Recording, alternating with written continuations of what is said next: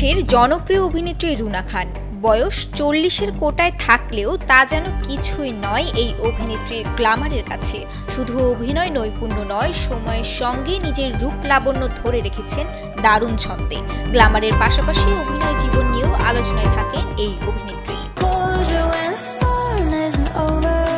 কিছুদিন আগে অভিনেতা সম্রাটের সঙ্গে একটি ক্লিপ বেশ ভাইরাল হয়, যা নিয়ে আলোচনা সমালোচনাও হয় অনেক। সোশ্যাল মিডিয়ায় এ ধরনের নেগেটিভিটি সম্পর্কে এবার কথা বললেন অভিনেত্রী রুনা খান। সম্প্রতি কালের কণ্ঠে নিয়মিত আয়োজন গসিপ অ্যান্ড গিল্ডসে হাজির হয়ে এ প্রসঙ্গে কথা বলেন রুনা খান।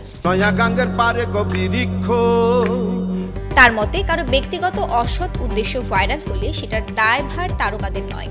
রুনা খান বলেন, সোশ্যাল মিডিয়ায় আমার শুধু সেটুকুই দায় যেটুকু আমি নিজের পেজ বা হ্যান্ডেল থেকে শেয়ার করেছি। ফেসবুক বা ইনস্টাগ্রাম থেকে আমি যে ছবি, খবর, কাজের মানে আমার অভিনয় বা মডেলিং সংক্রান্ত যা কিছু শেয়ার করেছি সেটুকুর দায়ভার শুধুমাত্র আমার। তিনি আরো বলেন, আমি যেহেতু এদেশের একজন পরিচিত মুখ, কে কোথা থেকে, আড়াল থেকে, পেছন থেকে অ্যান্ড অ্যাঙ্গেল থেকে ভিডিও করে সেটা সোশ্যাল মিডিয়ায় পোস্ট করে ভাইরাল করলো, সে দায় একেবারেই আমার নয়, কোনোদিনও হবেও না। এখন তো যার হাতে ফোন সেই সাংবাদিক।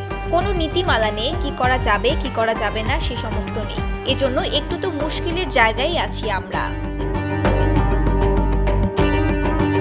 শ্রেয়া রায়, কালের কণ্ঠ।